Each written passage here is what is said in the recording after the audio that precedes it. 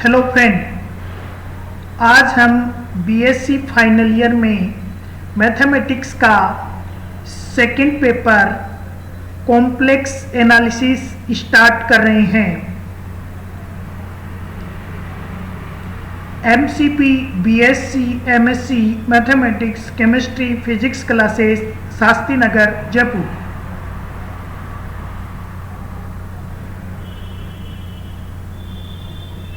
Topic start करने से पहले हम कॉम्प्लेक्स नंबर अर्थात सम्मिश्र संख्याओं के बारे में जानेंगे।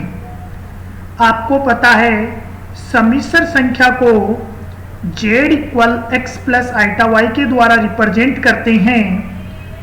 यहाँ पर x और y रियल नंबर होते हैं और i होता है उसको आयोटा कहते हैं और ये आयोटा √-1 होता है। यहाँ पे जो x है उस x को हम रियल पार्ट ऑफ z भी कह सकते हैं या फिर इसे रियल पार्ट ऑफ z के द्वारा रिप्रेजेंट हम कर सकते हैं। यहाँ पे जो y है इस y को हम इमेजिनरी पार्ट ऑफ z कहते हैं या फिर शॉर्ट में IMZ के द्वारा रिप्रेजेंट इसको हम करते हैं।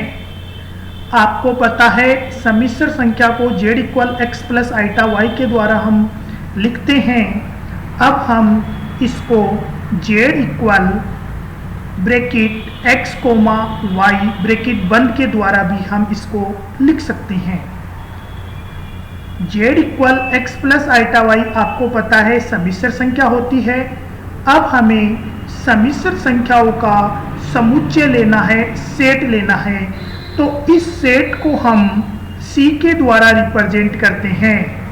सम्मिश्र संख्याओं का सेट C इक्वल होगा x कोमा वाई, यहाँ पर x comma y real number है, या फिर C equal x plus iota y जहाँ पर x y रियल नंबर है। अब हमें सम्मिश्र संख्या z equal x plus iota y का कॉन्जुगेट फाइंड करना है अर्थात z बार फाइंड करना है।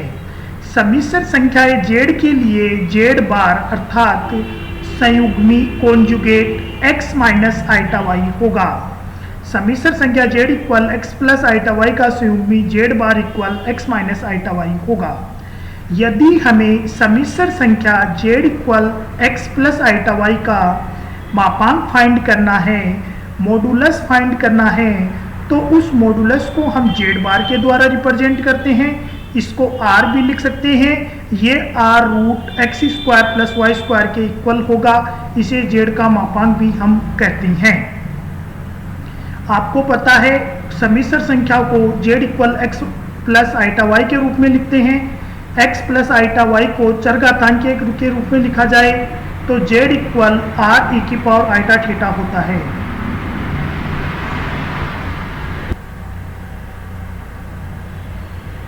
z इक्वल r e⁻θ यहाँ पर चरघातांक के रूप या एक्सपोनेंशियल फॉर्म कहलाता है, या फिर e⁻θ को हम cos theta plus iota sine theta भी लिख सकते हैं।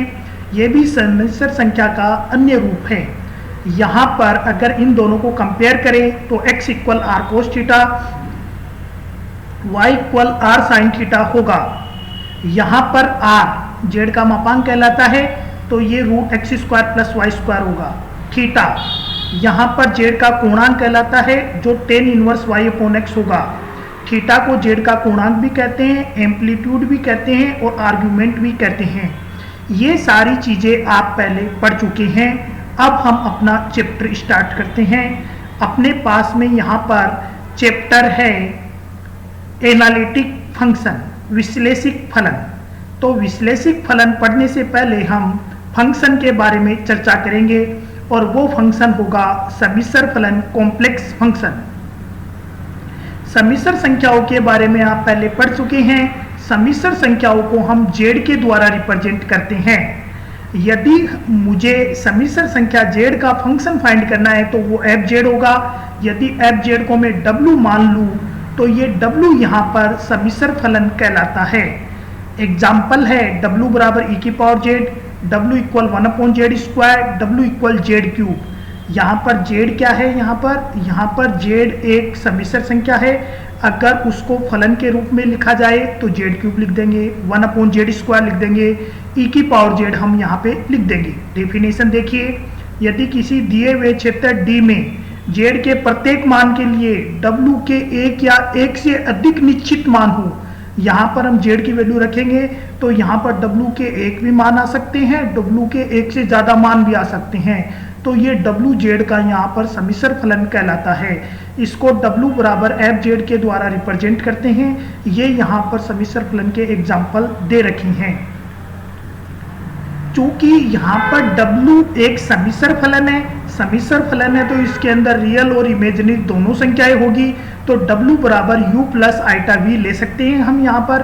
तो W बराबर U प्लस आइटा V भी यहाँ पर एक सम्मिश्र फलन कहलाएगा और इसको भी FZ के द्वारा रिप्रेजेंट करेंगे। चूंकि यहाँ पर Z equal x plus iota Y है, तो ये U और ये जो V है अपने पास में, ये दोनों के दोनों ही x y के फंक्शन होंगे। ये दोनों x y के फंक्शन हैं, तो W को हम FZ equal UXY plus iota VXY के द्वारा भी रिप्रेजेंट हम कर सकते हैं। अब हम एक मानी फलन और बहुमानी फलन के बारे में चर्चा करेंगे। जैसे नाम से ही पता चल रहा है, एक मानी फलन ऐसा फलन जो एक ही मान दे वो एक मानी फलन कहलाता है। बहुमानी फलन मल्टी वैल्यूड फंक्शन ऐसा फंक्शन जो एक से ज़्यादा मान दे बहुमानी फलन कहलाता है। डेफिनेशन देखिए, यदि z के प्रत्येक मान के लिए W का केवल एक ही मान प्राप्त हो तो WZ का एक मानी फलन कहलाता है। एग्जाम्पल है W इक्वल z²। यदि z की वैल्यू अगर आप 1 रखेंगे यहाँ पर तो 1 का स्क्वायर 1, W इक्वल 1 आ जाएगा, अर्थात W का एक ही मान फाइंड हो रहा है, तो यहाँ पर W एक मानी फलन है। इसी तरीके से दूसरा एग्जाम्पल है W इक्वल z⁻1/2। यदि यहाँ पर आप z की जगह 1 रखेंगे तो 1⁻1/2 अर्थात √1 फाइंड होगा। आपको पता है √1 की वैल्यू ±1 होती है, अतः यहाँ पे W इक्वल z⁻1/2 बहुमानी फलन है।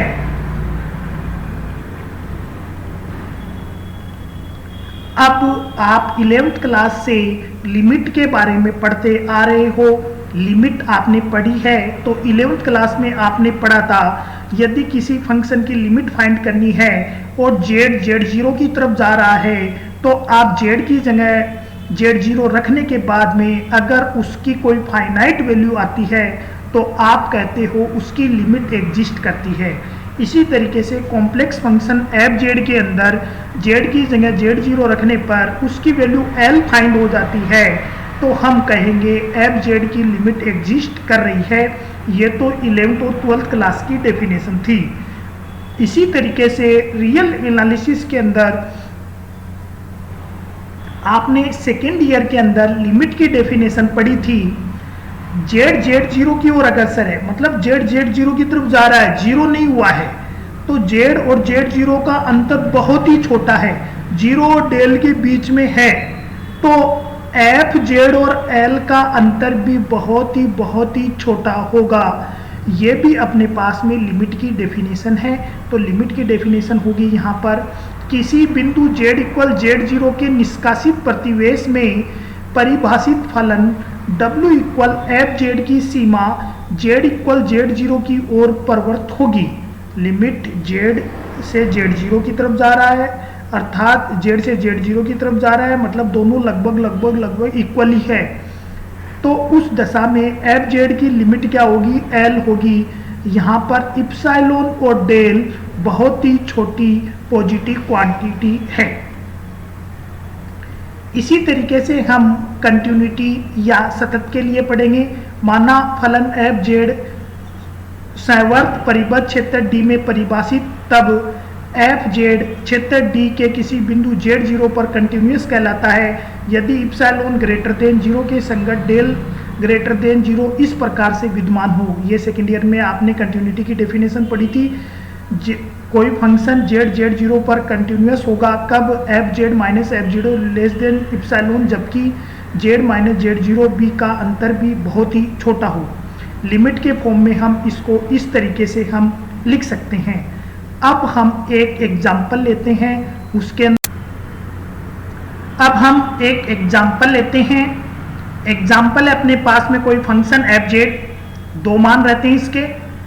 जब जेड की वैल्यू नॉट इक्वल आइटा है तो जेड स्क्वायर, जेड की वैल्यू आइटा है तो 0।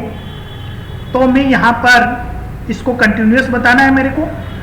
कंटिन्यूस बताने के लिए जेड इक्वल आइटा के लिए, अगर जेड इक्वल आइटा के लिए मैं लिमिट फाइंड करना चाहूँ तो f z, z tends to iota, z iota की तरफ जा रहा है, मतलब जेड आइटा के बराबर नहीं है, तो एफ जेड यहाँ पर जेड स्क्वायर होगा। अब जेड की वैल्यू यहाँ पर मैं आइटा रखूंगा तो आइटा स्क्वायर की वैल्यू यहाँ पर -1 हो जाएगी। इसी तरीके से मैं आइटा पर वैल्यू निकालना चाहूँ तो इसकी वैल्यू 0 होगी। समीकरण नंबर 1 व 2 में हम देख रहे हैं लिमिट का मान और फंक्शन का मान बराबर नहीं है, अतः ये दिया गया फंक्शन यहाँ पर कंटिन्यूस अपने पास में नहीं। अब हम अवकलनीयता के बारे में पढ़ते हैं। अवकलनीयता आपने सेकेंड ईयर में पढ़ा था। Limit h tends to 0 f x plus h minus f x upon h. अगर ये लिमिट एग्जिस्ट होती है और यूनिक होती है तो ऐसे फंक्शन को हम डिफरेंशिएबल कहते हैं, अवकलनीय कहते हैं।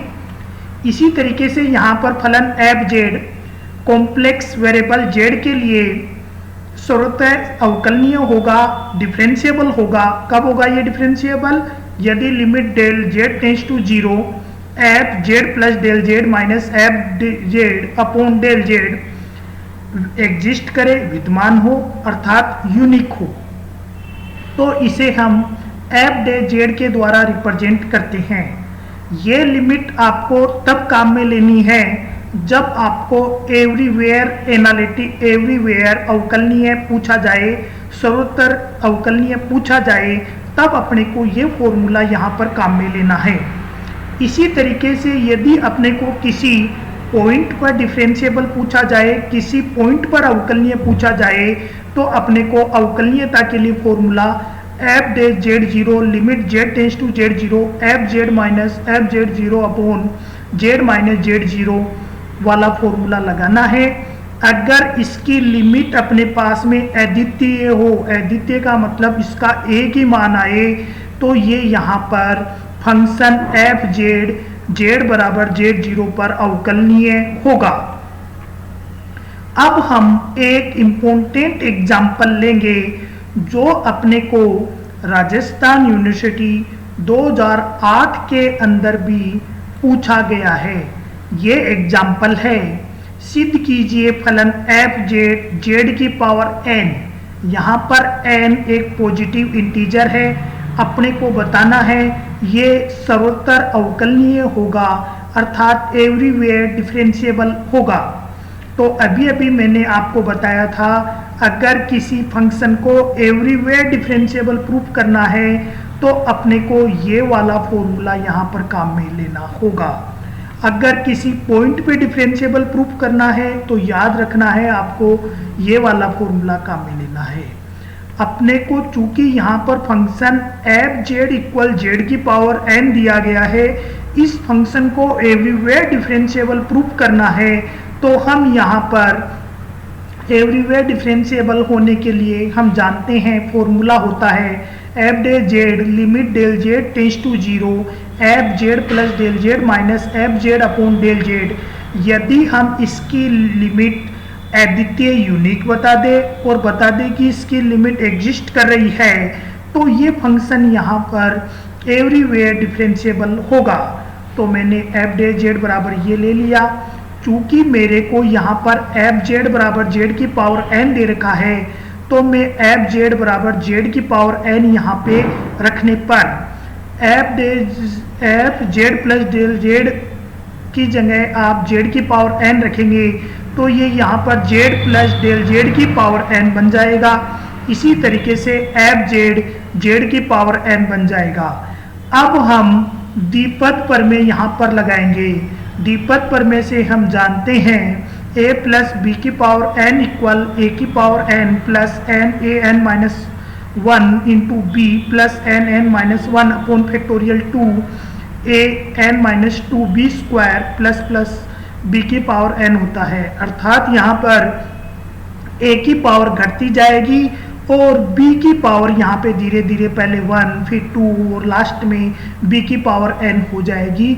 ऐसा हम द्विपद प्रमेय से हम जानते हैं। तो यहाँ पर अपने को द्विपद प्रमेय फल लगानी है।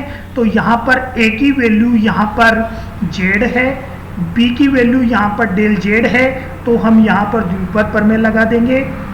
z की पावर n को z की पावर n ही रहने देंगे और बट्टे में जो डेल z है उसको डेल z ही रहने देंगे। यहाँ पर Zn से Zn कैंसिल आउट हो जाएगा और डेल Z से भी डेल Z यहाँ पे कैंसिल आउट हो जाएगा।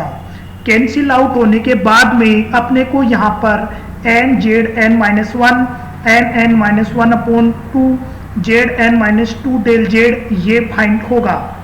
यहाँ पर हम डेल Z की वैल्यू 0 रखेंगे तो डेल Z दूसरी टर्म में आएगा, तीसरी टर्म में आएगा, nवीं टर्म में आएगा। इन सब के अंदर हम डेल Z की वैल्यू 0 रखेंगे तो अपने को Nzn माइनस 1 फाइंड होगा, जो कि यूनिक वैल्यू है, अद्वितीय वैल्यू है। अतः इसकी लिमिट एग्जिस्ट कर रही है और यूनिक है। अतः f डेल Z Z के प्रत्येक मान के लिए विद्यमान है, अर्थात f z की पावर n के अंदर z के लिए धनात्मक पूर्णांक के लिए एवरीवेयर डिफरेंशिएबल है, अर्थात सर्वत्र अवकलनीय है। इस एग्जाम्पल को डियर स्टूडेंट ढंग से कर लेना, ये 2008 में आया हुआ है और अवकलनीय के एग्जाम्पल एग्जाम में आते रहते हैं, तो हम कल इसके और एग्जाम्पल करेंगे। किसी स्टूडेंट को यदि मैथ्स, फिजिक्स, केमिस्ट्री की नई किताबें चाहिए तो वो कोचिंग पे आके संपर्क कर सकता है। अपनी कोचिंग में ये किताबें 69% के अंदर उपलब्ध है। MCP, BSc, MSc classes. धन्यवाद।